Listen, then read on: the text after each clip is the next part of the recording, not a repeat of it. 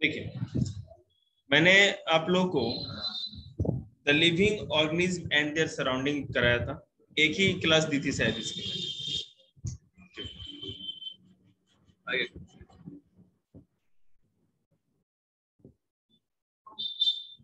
देखो,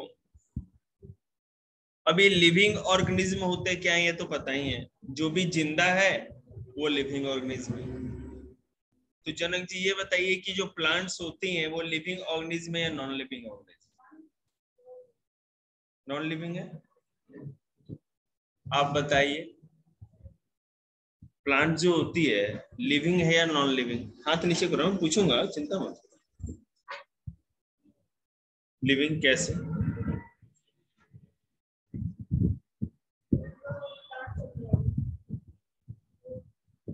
वो क्या करते हैं ऐसा कि आप उसको लिविंग ऑर्गेनिज्म कहेंगे, ये बताइए।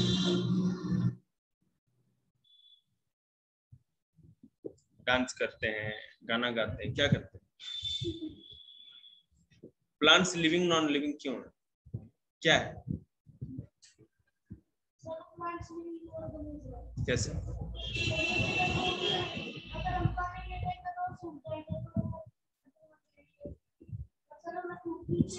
ये क्या मतलब हुआ, ये कौन सा डेफिनेशन है?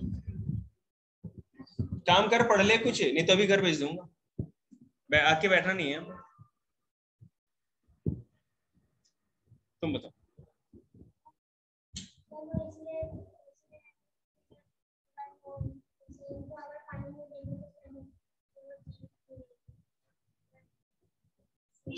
अरे वो सांस लेते हैं और उनको भी खाने की जरूरत होती है, फूड की जरूरत होती है, जिस तरह के इंसानों को, इसीलिए प्लांट्स को भी लिविंग ऑर्गेनिज्म कहेंगे। सांस लेते हैं ना कार्बन डाइऑक्साइड, और खाना पकाते हैं ना, तो फिर पागल है।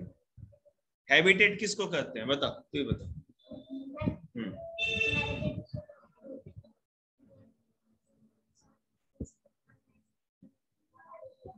बिल्कुल ऐसी जगह, ध्यान देना, हैबिटेट को हिंदी में आवास कहते हैं।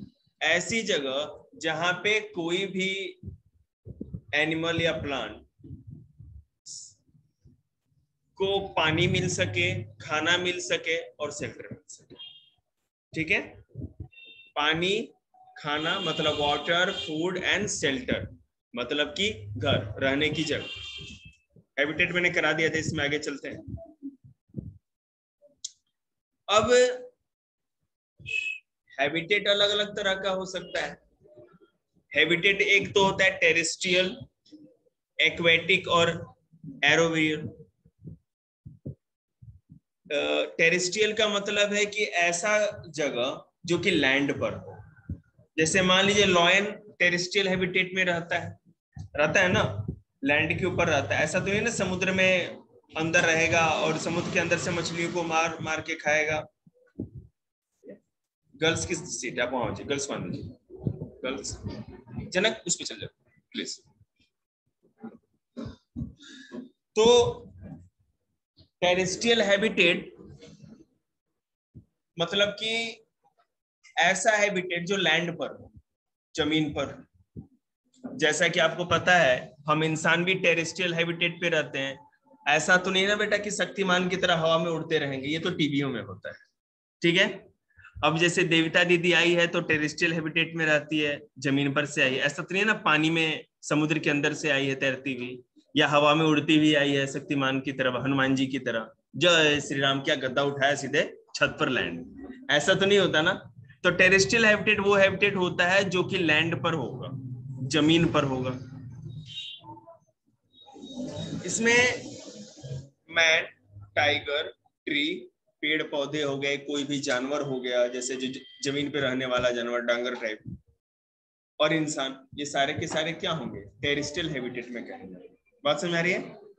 जो पढ़ा रहे हैं ना बीच में पूछेंगे भी, तो 9th वाले ही करा रहे, तो फोकस बनाए रखना। ये मत सोचना ना कि मैंने राम कहानी सुना दी और घर गए और जय सिया राम, तो फिर ना शरीर का खून निकाल देंगे आप लोग। एक्वेटिक हैबिटेट सेम उसी तरह, जो पानी के अंदर रहते हैं, पानी जिनका घर होता है। हैबिटेट किसको कहते हैं तुम बताओ?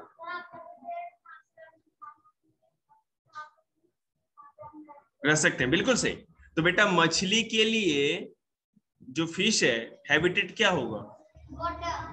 पानी होगा ना, वाटर होगा, बिल्कुल सही, बहुत बढ़िया। तो एक्वेटिक हैबिटेट वो होता है, ठीक है, पानी वाला, जिसके अंदर लोगों को खाना, पानी, रहना, ये सारी चीजें मिल सके, उसको एक्वेटिक हैबिटेट वाला कहा जाएगा। ठीक है, एक काम करना बेटा, ये 3 कुर्सी पे बैठे ना आप लोग इस बीच वाले पे हो जाओ, ताकि भैया लोग यहाँ बैठ जाए एक साथ। यहाँ 3 कुर्सी है क्या खाली? ठीक है ठीक है, तू बैठ जा, इस साइड बैठ जा, तू बैठ जा, इस साइड तीनों तीनों, तू इधर आ जा, मैं दे रहा हूँ, यहाँ बैठ जा।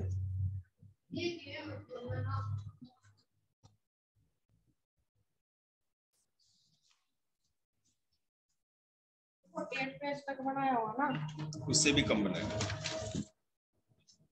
ठीक है, आगे देखो बेटा 6th क्लास। सो ओशियन मतलब महासागर, आपको गप नहीं करना है, याद रखिएगा। महासागर, सागर, हाँ लाइट जला दे बेटा, तीसरा ऊपर वाला सबसे लास्ट। तो ओशियन, सागर, महासागर, नदी, झील, तालाब, ये जितने भी होते हैं एक्वेटिक हैबिटेट कहे जाएंगे। ठीक, एरोबियल हैबिटेट क्या होता है? बिल्कुल पता है आपको, जो कि हवा में रहने, हवा कोई एरोबियल हैबिटेट कहेंगे। अब उसमें क्या होगा? ईगल, स्वैलो, एक्सेट्रा, जो जितने भी बर्ड्स होते हैं, हाँ हवा में सरवाइव कर सकते हैं, हवा से उनको खाना मिल जाएगा, ठीक है, हवा में उड़ सकते हैं उनको। और एम्फीबियन वो होते हैं जो जमीन और पानी दोनों में रहते हैं, दोनों जगह। हाँ, सबसे अच्छा एग्जांपल फ्रॉग है इसका, और क्रोकोडाइल। थैंक यू बेटा, भगवान तुम्हारा भला करे, अच्छे घर में रिश्ता हो तुम्हारा। तो मेढक जो हो गया, फ्रॉग जो हो गया, उसको हम क्या कहेंगे? एम्फीबियन। सुन रहे हैं, समझ में आ रहा है? तो 4 तरह के हमने बताया ना, एक तो होता है टेरेस्ट्रियल हैबिटेट, मतलब कि स्थलीय आवास, स्थल, लैंड वाला।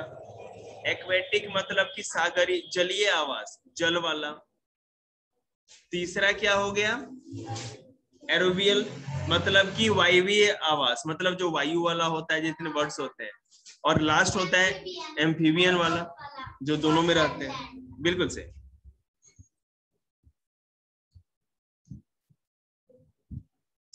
अब कंपोनेंट्स ऑफ हैबिटेट, अब कोई भी हैबिटेट, जैसे मान लो कि हम अगर टेरेस्ट्रियल हैबिटेट को ले लें, ठीक है, जमीन को ले लें, तो ये हैबिटेट किससे बना हुआ है? आखिर यहाँ क्या क्या होता है?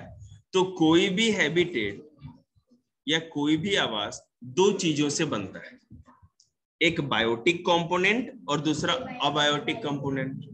बायोटिक और अबायोटिक, ठीक है। अब बायोटिक क्या होता है और अबायोटिक क्या होता है, ध्यान दीजिएगा। बायोटिक कंपोनेंट वो होता है, इसको जीवीय घटक कहते हैं, जिसमें लाइफ हो। तो जैसे all living being such as human being, animal, plant, micro organism are called the biotic component. Biotic component are also known as living component, जिसमें लाइफ हो, जान हो, जो खाता हो, पानी पीता हो, सांस लेता हो, उन्हीं सबों को बायोटिक कंपोनेंट कहें।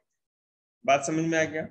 आपके आसपास आपको 2 तरह की चीज दिखती है ना, या तो वो जिंदा हो और उसमें लाइफ हो, नहीं तो लाइफ नहीं, यही होगा ना।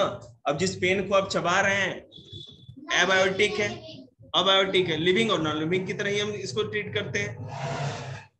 लेकिन जो भैया ये बुलेट लेके जा रहे हैं, पागलपंथी वाले जो है ये भैया, ये तो बायोटिक है, लेकिन नॉन बायोटिक की तरह, अबायोटिक की तरह काम कर रहे हैं। तो कोई भी हैबिटेट 2 चीजों से बना होता है, बायोटिक और अबायोटिक। तो बायोटिक वो होता है जो लिविंग कंपोनेंट, जिनमें जान हो, जिनमें जान हो, जो जिंदा हो, उसको बायोटिक कंपोनेंट। और जो मरे हुए हैं, जिनमें लाइफ नहीं होती, उसको अबायोटिक कंपोनेंट। जैसे सूरज की रोशनी, टेम्परेचर, बारिश, हवा की स्पीड, हवा, सूरज की धूप, पानी, अबायोटिक। इसमें तो कोई लाइफ नहीं है ना, ऐसा थोड़ी है कि हवा बहती है तो अपने साथ सांस भी ले रही है, हवा तुमसे मांगती है ए शिवम भैया थोड़ा लड्डू देना, भूख लगी, हवा तो नहीं मांगती ना। ठीक। अरे वाह, शाबाश। अब देखो, स्मॉल ऑर्गेनिज्म या जो माइक्रो ऑर्गेनिज्म होती है, सूक्ष्म जीव, जो इतने छोटे होते हैं, इतने ज्यादा छोटे कि हम लोग उनको अपनी आंखों से नहीं देख सकते। आपको पता है अभी हमारे आसपास बहुत सारे बैक्टीरिया और वायरस घूम रहे हैं, बहुत सारे। तो आप कहोगे सर जी इतने वायरस बैक्टीरिया घूम रहे हैं तो हम लोग को तो मर जाना चाहिए। लेकिन ऐसा होता है कि सारी बैक्टीरिया हमारे शरीर के अंदर जाती नहीं, और कुछ जाती भी है तो हमारे शरीर के अंदर उसको मारने की क्षमता होती है। आपका हाथ है ना, अगर आपने भी सैनिटाइज नहीं किया, अच्छी तरह से धोया नहीं, इसी तरह है, सैनिटाइज करने के बाद तो साफ हो गया, थोड़ी देर के बाद क्या होगा, इसे बैक्टीरिया से भरा पड़ा हुआ है। समझ रहे हैं? तो ये हमें दिख तो नहीं रहा। दूध दही खाते हो ना, दही, उसमें लैक्टोबैसिलस नाम का बैक्टीरिया होता है। ऐसे दही अगर कीड़े उसमें चलते हुए दिख जाए तो खाओगे? नहीं खाओगे। मैं सब दही खाने वालों को जरूर माइक्रोस्कोप से दिखाऊंगा दही, और फिर खा के दिखा। उसमें कीड़े होते हैं, लैक्टोबैसिलस। कीड़े मतलब वो फायदेमंद होते हैं, वो हमारे शरीर को नुकसान नहीं पहुंचाते। Healthy bacteria. तो बेटा फिर तो कीड़े हेल्दी होते तो खा लोगे कीड़े? खाती तो है दही। कीड़े कोई बात नहीं, ध्यान दीजिए। तो बायोटिक कंपोनेंट में स्मॉल ऑर्गेनिज्म या माइक्रो ऑर्गेनिज्म या सूक्ष्म जीव भी आते हैं जिसको हम देख नहीं सकते। समझ रहे हैं ना? और एबायोटिक कंपोनेंट मैंने बताए। तो मैं जब पूछूं कि बायोटिक कंपोनेंट क्या होता है, अबायोटिक कंपोनेंट क्या होता है, और जहां आपकी गुद्दी में से जवाब नहीं आया तो मैं गुद्दी सुझा दूंगा मार के। अब अगला कॉन्सेप्ट क्या है? Adaptation in animals and plants to different habitat. ये मैंने 4th क्लास में पढ़ा दिया। एडेप्टेशन इन एनिमल्स, जानवरों के अंदर किसी चीज को के हिसाब से अपने आप को ढाल लेना, अनुकूलित कर लेना, मैंने अपने आप को ढाल लेना। गर्मी बहुत ज्यादा है, ठीक है, 35 डिग्री होगा, 37 डिग्री होगा, अभी धूप में खड़े हो जाओगे तो 40-42 डिग्री टेम्परेचर या 37 डिग्री, परेशान हो जाओगे ना। हमने क्या किया कि अपने हिसाब से ये शेल्टर बना लिया, घर बना लिया, धूप नहीं लगी। हमने क्या किया कि शेल्टर बनाने से भी काम नहीं चलेगा, कुछ फैन चाहिए, एसी चाहिए, कूलर चाहिए। तो गरीब मास्टर के पास पढ़ेंगे तो आपको फैन मिल गया। ये एडेप्टेशन ही तो है, इस गर्मी में अपने आप को कंफर्टेबल करे बनाए रखने के लिए। बात समझ रहे हैं? हमने अपने शरीर को ऐसा बना लिया। अब जो डॉग है, अब उसके लिए जो सड़क पे घूम रहा है, ऐसे कहोगे नहीं नहीं नहीं तुम्हें तो गर्मी लग रही, चलो चलो चलो मम्मा ने है ना अभी नींबू पानी बनाया, चलो पिलाते हैं। कोई कहेगा? नहीं कहेगा। नहीं नहीं तुम बहुत पसीने में हो गए, चलो एसी में बैठ जाओ थोड़ी देर, कूलर है, पंखे का हवा खा लो, है ना, गर्मी लग रही होगी। जब भी आपको गर्मी लगे ना, घर पे आ जाना, हम लोग है ना कूलर चला के रखते हैं, एसी हमारे घर पे। कुत्ते को लेके आओगे, पालतू हो तो समझ में भी आता है, लेकिन सड़क वाले को तो कोई नहीं लेके।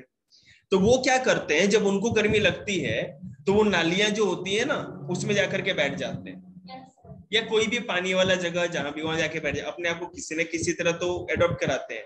तो एडॉप्टेशन यही है, हम लोग अपने आसपास के वातावरण में अच्छे तरह से जिंदा रह सकें, आराम से जी सके, उसके लिए जो भी अपने बॉडी में चेंज करते हैं या अपने आसपास के वातावरण को चेंज करते हैं, वही एडॉप्टेशन या अनुकूलन। मैं भी समझाता हूं। धरती पे इंसान को ही भगवान ने ऐसा बनाया है जो आसपास की चीजों को बदल दे, ठीक है ना? नहीं तो और किसी जानवर को ऐसा भगवान ने किसी भी चीज को धरती पे नहीं बनाया। समझने की कोशिश करिए। हमें गर्मी लगती थी, जरूरत महसूस हुई तो हमने फैन बना लिया, फैन का आविष्कार कर लिया, कूलर का आविष्कार कर लिया, एसी का आविष्कार कर लिया। अब ऐसा तो नहीं है कि शेर को वहां पे अफ्रीका के जंगलों में गर्मी नहीं लगती होगी, तो ऐसा शेर थोड़ी कर सकता कि इब रुक, इब देख, मैं लेके आता हूं तेरे लिए कूलर। शेरनी को कहेगा बालकों ने ना संभाल के रखिए, इब आया बाजार से कूलर लेके, नहीं कर सकता वो, उसको पता ही नहीं है कूलर क्या होता है, और वो बना भी नहीं सकता। हाँ, दाड़ना आता है और चीर फाड़ के खाना आता है। भगवान ने उसको इतना भगवान ने जानवरों को, दूसरे जानवरों को दो ही चीज का दिमाग दिया है, भूख लगे तो क्या कहते हैं, खाने को खोजना और किसी तरह से उसको पाने का तरीका बता, बस इतना ही उनको आता, और कुछ नहीं आता। लेकिन इंसानों को पता है। तो अब सोचिए कि जिन जानवरों को भगवान ने दिमाग नहीं दिया तो कुछ तो दिया होगा जिससे बच सके। तो जो रेगिस्तानों में रहते हैं, ऊंट, कैमल देखा है आपने? मैंने तो बोला ही नहीं बोलने के लिए, मैंने तो बोला ही नहीं, मुझे बोलने नहीं दीजिए, पैसे आप हमें दे रहे हैं। अब देखो जो ऊंट है रेगिस्तान में चलता है, अब मुसीबत यह है कि उसको 2-4 हफ्तों तक भी पानी ही नहीं मिलेगा। अब पानी नहीं मिलेगा तो साथ ही साथ घास फूस भी नहीं मिलेगी उसको खाने के लिए, रेगिस्तान में प्रॉब्लम है। तो भगवान ने उसको बोला कि चलो तुम्हें मैं ऐसी व्यवस्था देता हूं कि तुम्हारे पेट में एक एक्स्ट्रा पाउच बना देता हूं। भगवान ने बना दिया। उस एक्स्ट्रा पाउच में जो पानी पीता है एक बार में बहुत ज्यादा पानी पी लेता है और उस पाउच में रखता है।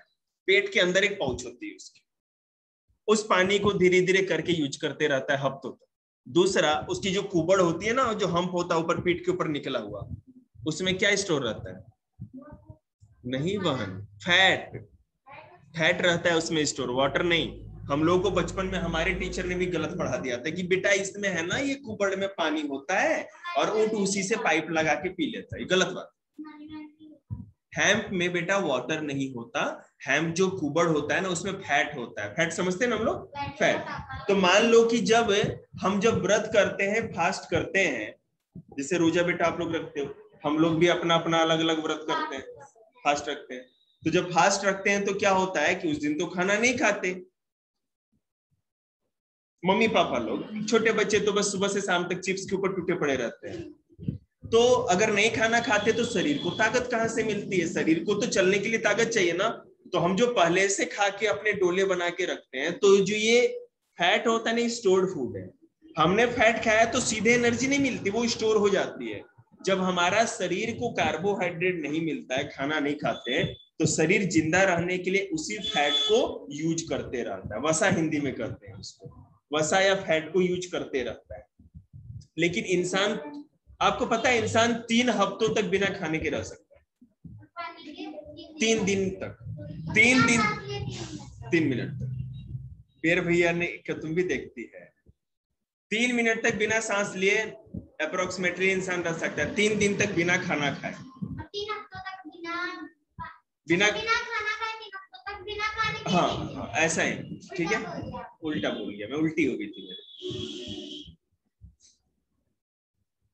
तो अब इसमें जैसा कि मैंने आपको बताया, तो ऊंट को भगवान ने क्या दिया ना, वो कुबड़ दिया है, उसमें फैट स्टोर रहता है और वो अपना ज्यादा से ज्यादा हफ्ते 2 हफ्ते 3 हफ्ते तक उसी से वो लेता रहता है ताकत और अपना काम चलाता रहता है।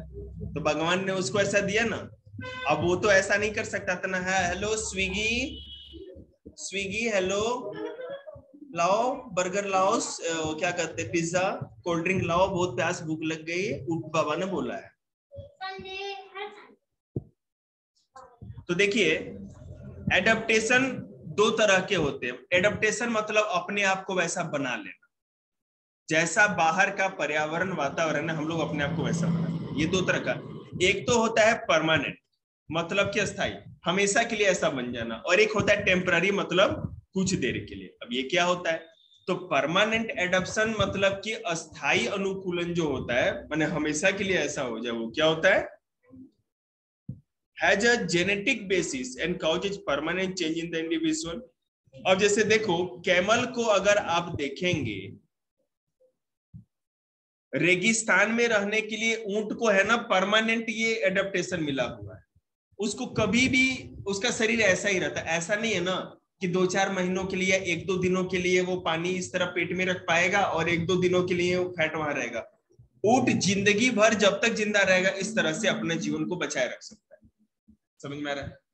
अब बेटा फिश है, अब मछली ऐसा तो नहीं है ना कि केवल वीकेंड पे संडे और सैटरडे को ही पानी के अंदर जाके छुप छुप छुप छुप करेगी और 5 दिन ऊपर क्या कहते हैं डोले चमका के घूमेगी, ये देख मेरे डोले, ये देख मेरे डोले। ऐसा तो मछली नहीं कर सकती। उसके अंदर मछली क्या खाती है? मछली आटा, उसको कौन देगा बेटा? आटा तो आप दोगे तब तो, वहां समुद्र में कौन आटा बांट रहे हैं ट्रम्स भैया, वो छोटी मछलियों के छोटे मोटे कीड़े उड़ को खाते। ठीक है, मछली उससे छोटा जो भी दूसरा जानवर या जीव जंतु मिल गया ना उसको पानी के अंदर, उसको खा जाए। बड़ी मछली छोटी मछली को खा जाए। समझ में? आदमी को भी खा सकते।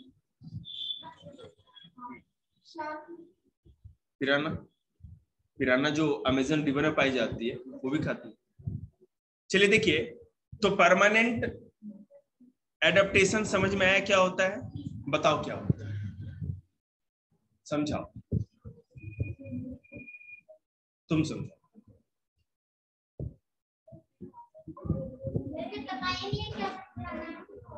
परमानेंट एडेप्टेशन,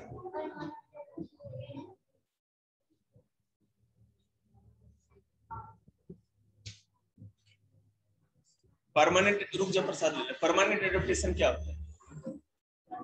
डर मत नहीं मारो।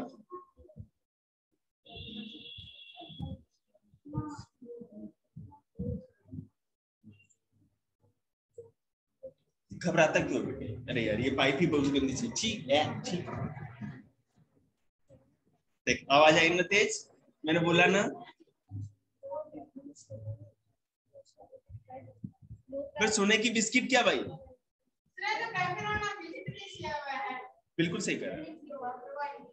नहीं नहीं बिल्कुल, तो बेटे एक थोड़ी खाती है, ग्रुप में होती है बहुत सारे। तो बोलो ग्रुप में होती है बेटा। अरे परमानेंट एडेप्टेशन का मतलब जो कि हमेशा के लिए एडेप्टेशन हो जाए, पूरी जिंदगी भर के लिए उसका शरीर वैसा जाए। डोंट टॉक टॉक, मैंने पहले ही आप लोग को वार्निंग दिया था। मैं यहीं से ये फेंक के मार दूंगा, मुझे नहीं पता चले किसका सर फटेगा। और अगर किसी दूसरे गलत बच्चे को लग गया तो आप समझ लीजिए ना कि बच्चा आपको बुड़का भर भर के छोटा कर देगा। तो परमानेंट एडेप्टेशन का मतलब ये हो गया कि ऐसा एडेप्टेशन या ऐसा अनुकूलन जो लंबे समय तक के लिए हो, हमेशा के लिए। ठीक है, जैसा कि कैमल के अंदर या फिश के अंदर होता है।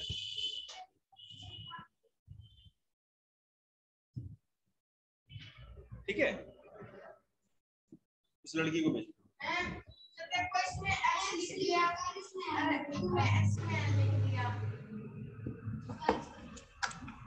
ले लिखना हाँ, कोई बात नहीं। और बता, कर दिया कर छोटी मोटी चीज। देखिएगा, तो अब फिश है तो पानी में, ऐसा नहीं ना वीकेंड में 2 दिन वो बाहर रहेगी और 4 दिन पानी में रहेगी, हमेशा पानी में रहती है। उसका शरीर ऐसा बना है कि उसी में सांस ले सकती है, जी सकती है, रह सकती है, इसी के लिए। तो अब हम बात करेंगे a journey through different habitat. अब हम लोग अलग अलग हैबिटेट की बात करेंगे। सबसे पहले बेटा टेरेस्ट्रियल हैबिटेट की बात करेंगे, जमीन पर रहने वाले आवास की बात करेंगे। जमीन पे जो घर होता है वो कैसा है? इसमें ग्रासलैंड मतलब घास का मैदान, जंगल या फॉरेस्ट, डेजर्ट मतलब रेगिस्तान, माउंटेन, ये 4 चीजें तो मेन है। लैंड पर मोस्टली क्या, या तो घास के मैदान होंगे, या तो जंगल होगा, नहीं तो रेगिस्तान होगा, नहीं तो पहाड़। ये तो मेन चीज है, इतनी तो आपको दिखती ही है। सो अब हम बात करेंगे एडेप्टेशन टू डेजर्ट हैबिटेट। ठीक है, अभी उधर ही बैठे हो, कोई बात नहीं, बाद में टेस्ट कर लेगा, अभी कर लीजिए लोग, थोड़ा टाइम है ना, गैदरिंग हो जाए। अभी आप लोग के पास 16 मिनट का टाइम। इन सब 4th 5th क्लास की छुट्टी कर दूंगा ना फिर। सो डेजर्ट में जो जानवर रहते हैं, रेगिस्तान में जो जानवर रहते हैं, वो कैसे अपने आप को उस मौसम के हिसाब से ढाल लेते हैं? रेगिस्तान में गर्मी बहुत होती है, खाना कम होता है और पानी भी कम होता है। बात समझ में आ रही है आप लोग को? तो वहां पर कैसे काम चलता है देखिएगा। The climate of desert is dry and hot, सूखा और गर्म होता है। ठीक है, डेजर्ट है वेरी लिटिल वेजिटेशन, और डेजर्ट में पेड़ पौधे घास फूस भी तो बहुत कम होती है ना। Desert provide little shelter for large animal from the sun. और डेजर्ट में, रेगिस्तान में इतने बड़े घने पेड़ भी नहीं होते हैं जो बड़े बड़े हाथी या जिराफ जैसे बड़े बड़े जानवरों को छाया दे सके। मुश्किल है ना जानवरों का रहना। तो देखिए कैसे वो करते हैं काम अपना। So most animals we survive in desert are insect, birds, reptile and smaller mammals. छोटे मैमल्स मतलब छोटे जानवर, ठीक है। कीड़े मकोड़े, जो बर्ड्स होती है, सांप या क्रोकोडाइल टाइप।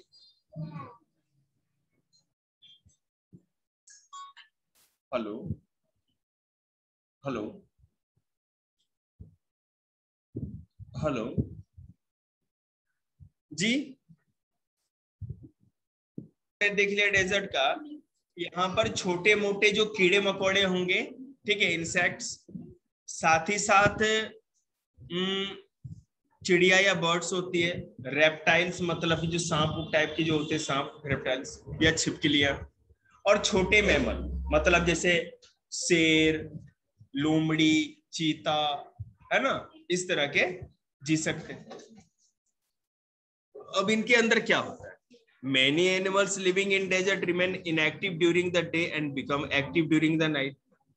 रेगिस्तान में रहने वाले जितने जीव जंतु होते हैं दिन में कुछ भी नहीं करते। दिन में या तो बिल के अंदर चले जाएंगे, सांप या जो भी छिपकलियां होती हैं, या जो छोटे मोटे जानवर होते हैं वो अपना कोई पेड़ की छाया में जहां घर बना रखा है वहां पे आराम करते हैं। दिन में बिल्कुल धूप पे नहीं निकलते। और जैसे ही रात होती है वो बाहर आते हैं अपने घरों से और शिकार करते हैं और जो भी होता है खाते हैं। जैसे एक जो शेर होता है ना, वो 18 घंटे 20 घंटे तक सोता है। आलसी मानुस जी, बहुत आलसी शेर, बहुत आलसी होता है। जब तक उसको भूख नहीं लगे ना, अपने शरीर पे चलते हुए कीड़े को भी नहीं हटाए, सोता रहता है।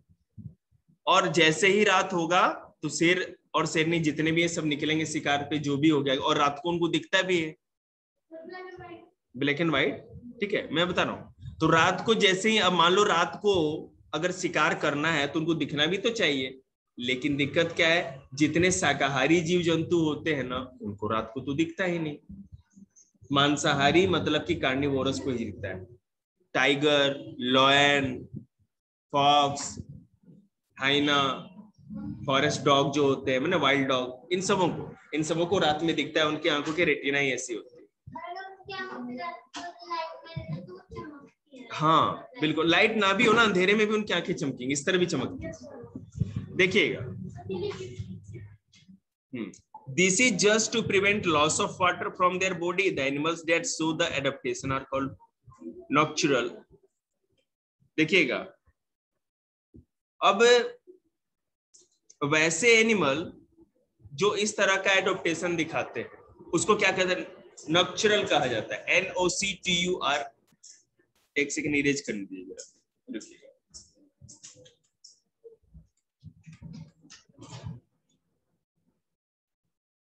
हाँ, नॉक्टर्नल कहा जाता है उनको। अब इसमें मैं बता रहा हूं, जो रात में अपना काम केवल करते हैं, दिन में बेटा सोते रहते हैं, उसको क्या कहते हैं? नॉक्टर्नल, मतलब कि निशाचर प्राणी। हिंदी में निशा मतलब होता है रात्रि, चर मतलब चरने वाले, घूमने वाले, निशाचर। जो रात में ही घास चरेंगे, बाहर निकलेंगे या जो भी करना है उनको करेंगे। अब देखिए, certain animals hide themselves in burrow with gelatinous secretion and sleep for 8 to 9 months in a year. This is called hibernation. अब कुछ ऐसे भी एनिमल होते हैं जो क्या करते हैं, साल के 8 से 9 महीने तक है ना, अपनी मांद में, अंदर जमीन में खोद के मांद में ही सोते रहते हैं। साल में 8 से 9 महीनों तक सोते रहेंगे। उनको क्या कहा जाता है? इस तरह के सोने के काम को हाइबरनेशन कहा जाता है, शीत निद्रा, लंबे समय तक हाइबरनेशन, ठीक है।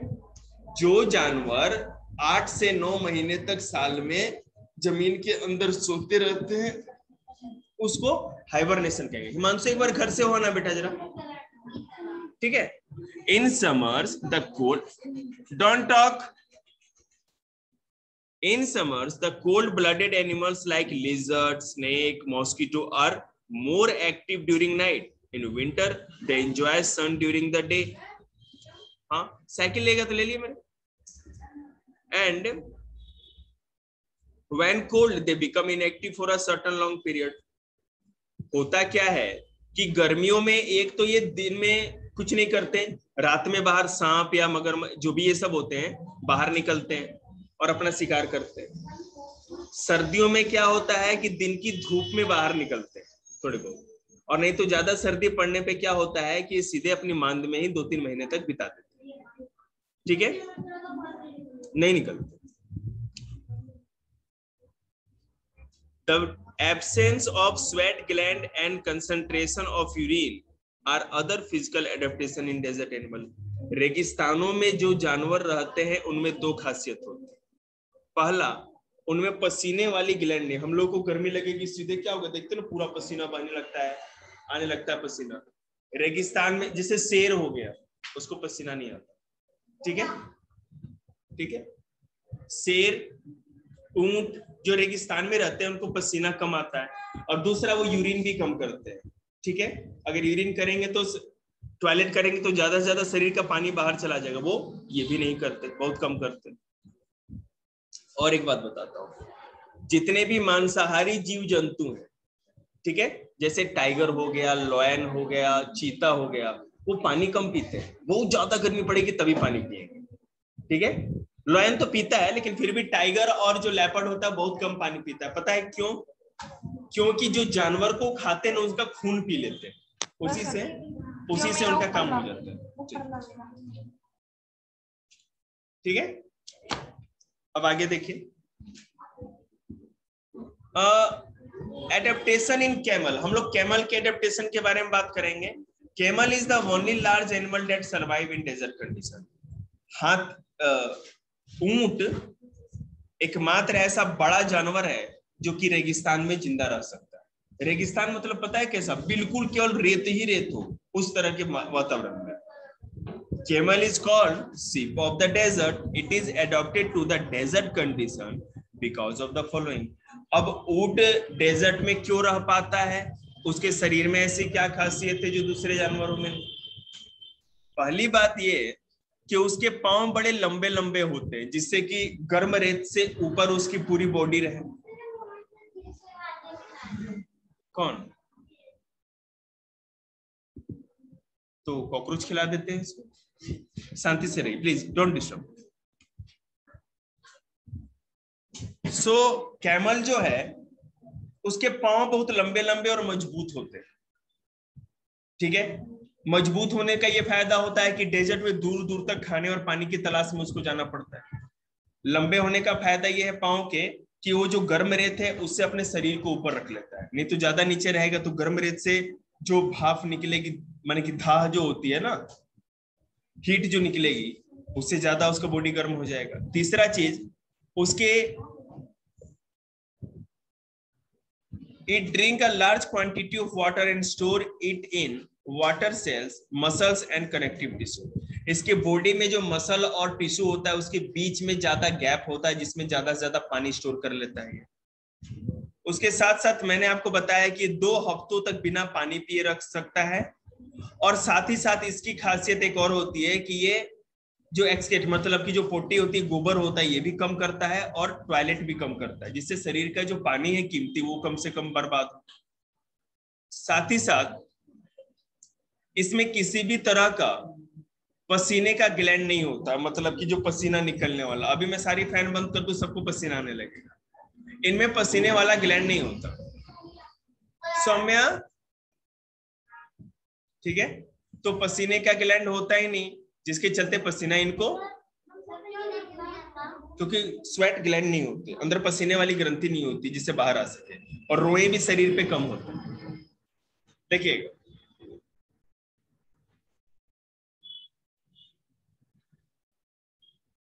आगे देखो. अब डेजर्ट प्लांट्स जो होते हैं वो किस तरह से अपने आप को एडॉप्ट करते हैं, कराते हैं, ये देखने की बात है. ये कल कराएंगे आप लोग, कल चैप्टर खत्म करेंगे.